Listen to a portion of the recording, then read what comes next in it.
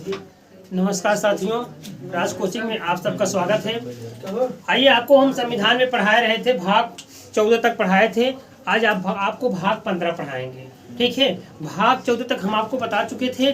भाग 15 क्या है, आज उसको हम आपको बताएंगे।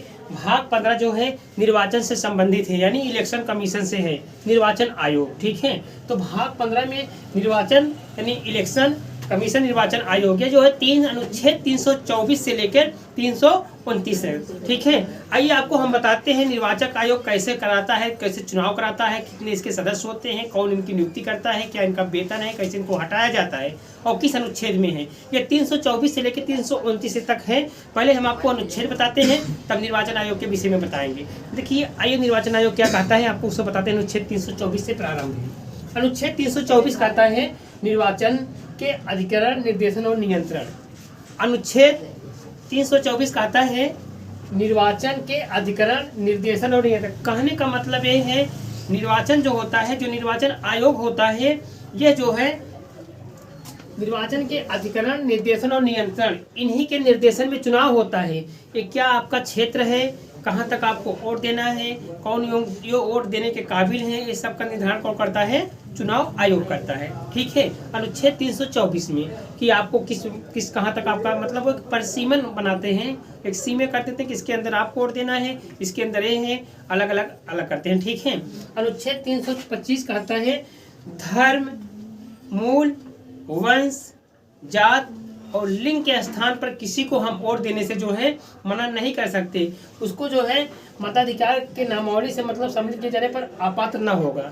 यानी धर्म के आधार पर, लिंग के आधार पर, जात के आधार पर और जन्म स्थान के आधार पर हम किसी भी व्यक्ति को यह नहीं कर सकते कि आपको वोट देने का अधिकार नहीं है।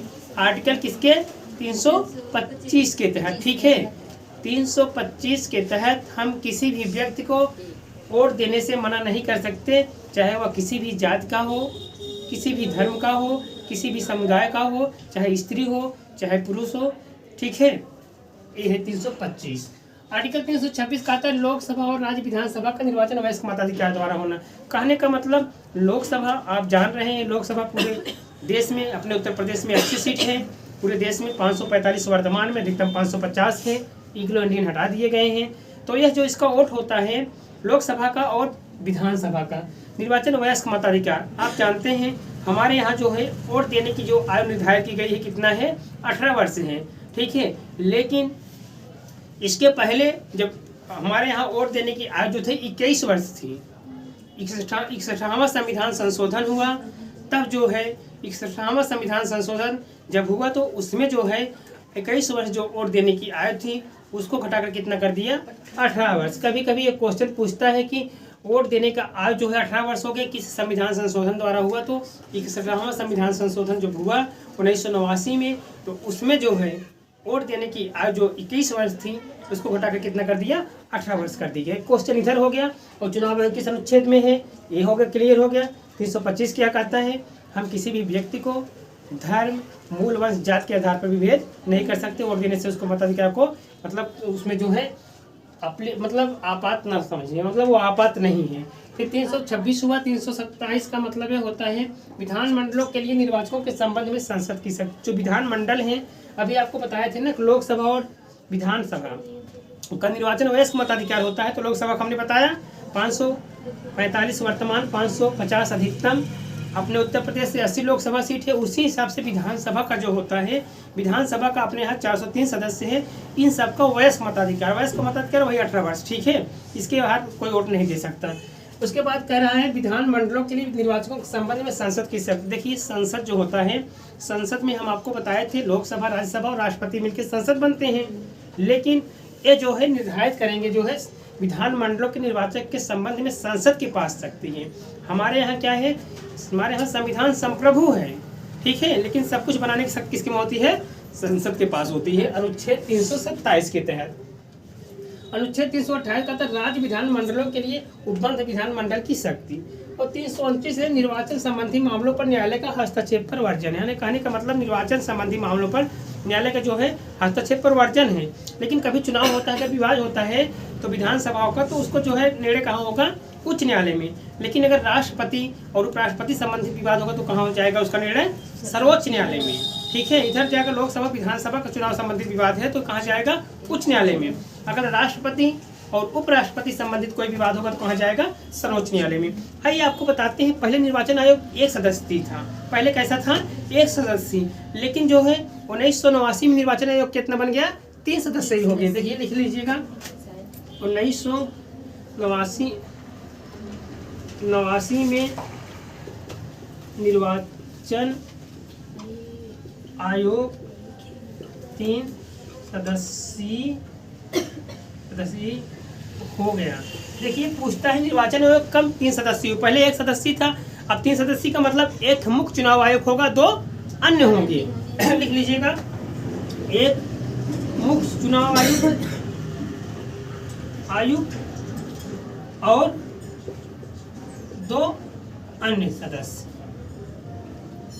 देखिए एक मुख्य चुनाव आयोग होता है और 2 अन्य सदस्य। पूछता है क्वेश्चन, चुनाव आयोग कब 3 सदस्यीय हुआ? तो 1989 में चुनाव आयोग कितना हो गया? 3 सदस्यीय। अब चुनाव आयोग के जो सदस्य होते हैं इनकी नियुक्ति कौन करता है? चुनाव आयोग के सदस्य की नियुक्ति कौन करता है? भारत के राष्ट्रपति करते हैं। चुनाव आयोग के जो सदस्य होते हैं इनकी नियुक्ति भारत का राष्ट्रपति करता है और भारत का राष्ट्रपति ही यह घोषित करेगा कि इनकी योग्यता क्या होनी चाहिए। ठीक है, अब 3 सदस्य में जो होते हैं इसमें एक मुख्य चुनाव आयोग होते हैं और 2 अन्य होते हैं। आइए बताते हैं, मुख्य चुनाव आयोग जो होते हैं इनकी जो है एक कब से कब तक अपने पद पर रह सकते हैं। मुख्य चुनाव आयोग जो होते हैं एक कब से कब तक अपने पद पर रह सकते हैं। मुख्य चुनाव आयोग लिख लीजिए, मुख्य चुनाव आयोग जो है ये 6 वर्ष से 65 वर्ष तक,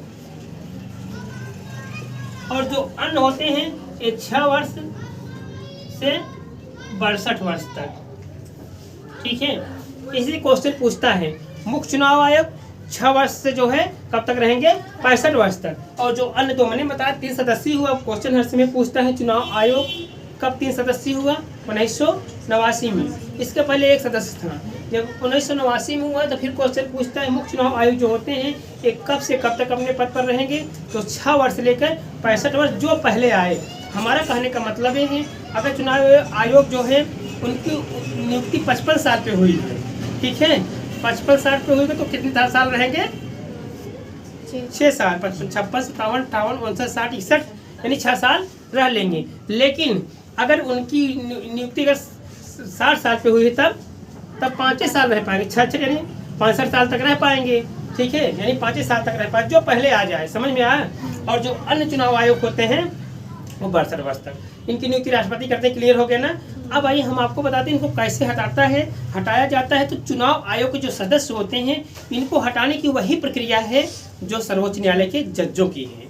सर्वोच्च न्यायालय के जो जज होते हैं वही प्रक्रिया जो है चुनाव आयोग के जो होते हैं इनके सदस्य को हटाने की प्रक्रिया है। उसमें संसद के 2/3 सदस्य जो वाला हटाया जा सकता है वही प्रक्रिया इसमें है। उनका वेतन जैसे है वही वेतन इनका भी है। ठीक है, सेम टू सेम वही है चुनाव आयोग की।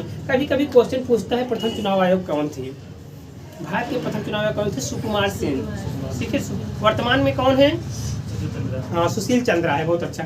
देखिए किसी क्वेश्चन को अगर हम याद करते हैं तो पहले हम जो है प्रथम याद करेंगे और वर्तमान याद करेंगे। प्रथम चुनाव आयोग कौन के? सुकुमार सेन थे, इसको आप लोग याद कर लीजिए। वर्तमान में जो है सुशील चंद्रा जी हैं। और कब जो है 3 सदस्यीय बना? 1989 में। इनकी नियुक्ति कौन करता है? भारत का राष्ट्रपति करता है। इनका वेतन कैसा है? जो सर्वोच्च न्यायालय के जज के समान इनका वेतन होता है। जैसे उनका वेतन होगा वही इनका वेतन होगा। जो प्रक्रिया उनको हटाने में है वही प्रक्रिया इनको हटाने में है। ठीक है, यहाँ तक क्लियर हो गया ना? आइए अब आपको बताते हैं चुनाव आयोग जो होते हैं इनका कार्य क्या है। इनका कार्य देख लीजिए। चुनाव आयोग के जो है कार्य, पहला कार्य है ये जो है चुनाव आयोग वाले ये डिक्लेयर करते हैं कि जो है कहाँ किसका क्षेत्र है परिसीमन कर देते हैं। ठीक है, परिसीमन का मतलब इससे हम यहाँ हैं, हमारा परिसीमन अगर हो गया तो हम मुगरा में वोट दे रहे हैं, फिर उधर वाले परिसीमन कर दिए मछली शहर में वोट दे रहे हैं। परिसीमन होता है। चुनाव आयोग को लेकर कोई जो है कोर्ट में चुनौती नहीं दे सकता। वो जो निर्धारित कर देगा कोई कोर्ट नहीं जा सकता। ठीक है, एक चीज़ हो गया। दूसरा होगा चुनाव आयोग यह बताता है कि कब चुनाव कराना है। ठीक है, राष्ट्रपति जब सूचना होती है राष्ट्रपति जो है उसी दिन को डिक्लेयर करता है, लेकिन चुनाव आयोग देता है। तीसरा क्या होता है? चुनाव आयोग जो होता है ये जो होते हैं विभिन्न प्रकार के हमारे यहाँ दल हैं, विभिन्न प्रकार के पार्टियां हैं। तो लिख लीजिएगा कार्य में पहला कार्य लिख लीजिए पहला कार्य हमने आपको चुनाव आयोग के बताया परिसीमन करना, ठीक है, परिसीमन।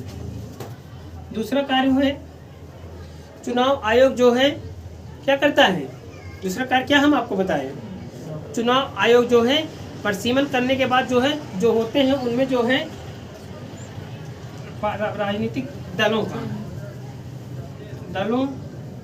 को चुनाव चिन्ह, ये जो चुनाव चिन्ह होते हैं ये कौन प्रदान करता है, हाँ निर्वाचन आयोग। तीसरा काम क्या होता है, चुनाव आयोग पार्टी को मान्यता प्राप्त करता है कि कौन सी पार्टी राष्ट्रीय पार्टी है और कौन सी पार्टी राज्य स्तरीय पार्टी है, ठीक है, कौन क्लियर करेगा, चुनाव आयोग। इसके बाद चुनाव आयोग चौथा क्या काम है, चुनाव आयोग जो है ये बताता है चुनाव कब कराना है, तब राष्ट्रपति उसको घोषणा कर देता है, ठीक है, लेकिन बताता कौन है, चुनाव आयोग बताता है कि कब चुनाव कराया जाएगा, ठीक है, ये इसके कार्य हैं। इसके बाद चुनाव आयोग सही तरीके से चुनाव कराया जाए उसके लिए जो है अपना तैयार करता है आचार संहिता, इसी में आती है, ठीक है, शांतिपूर्वक ढंग से सही तरीके से जो चुनाव संपन्न हो तो आचार संहिता, ये सब चुनाव आयोग के क्या है, कार्य हैं। कभी कभी क्वेश्चन फिर पूछ लेता है कि जो चुनाव आयोग होते हैं वर्तमान में कितनी राष्ट्रीय पार्टियां हैं और राष्ट्रीय पार्टी और राज्य स्तरीय पार्टी बनने के लिए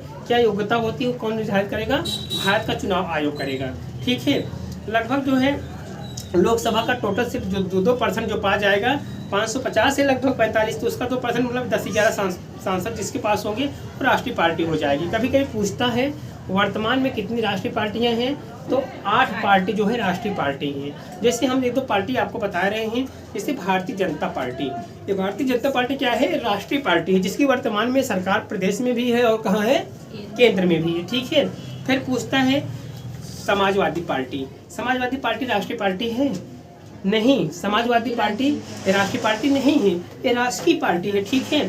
फिर कभी कभी पूछता है बहुजन समाज पार्टी कैसी पार्टी है, राष्ट्रीय पार्टी है, ठीक है। अपना दल राष्ट्रीय पार्टी नहीं है, लेकिन कांग्रेस राष्ट्रीय पार्टी है। सबसे पहले कांग्रेस का स्थापना कब हुई थी जान रहे हैं ना, 28 दिसंबर 1885 को हुई थी।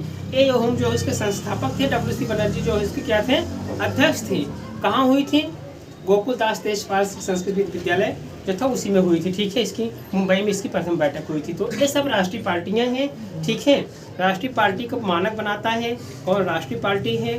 फिर 8% मत होना चाहिए इधर राज्य स्तरों बनने के लिए, उधर जो है 2% वोट चाहिए और उसके बाद लगभग 4 राज्यों में आपके लोकसभा सीट हो, 6% शुद्ध मत होना चाहिए। यही सब एक मानक उसका बनाया गया है। ये कौन निर्धारित करता है, भारत का चुनाव आयोग निर्धारित करता है, ठीक है। ये चुनाव आयोग के कार्य होते हैं। उसके बाद जो आचार संहिता तमाम प्रकार के लगाता है ये चुनाव आयोग के कार्य होते हैं और परिसीमन कराना चुनाव आयोग का काम होता है। ये चीज़ चुनाव आयोग के होते हैं, ठीक है। और हमने आपको बता दिए चुनाव आयोग कब 3 सदस्यीय बना, ये क्लियर हो गया, ठीक है। इनकी आयु कितनी होती है ये भी क्लियर हो गया, ये सब क्लियर हो गया।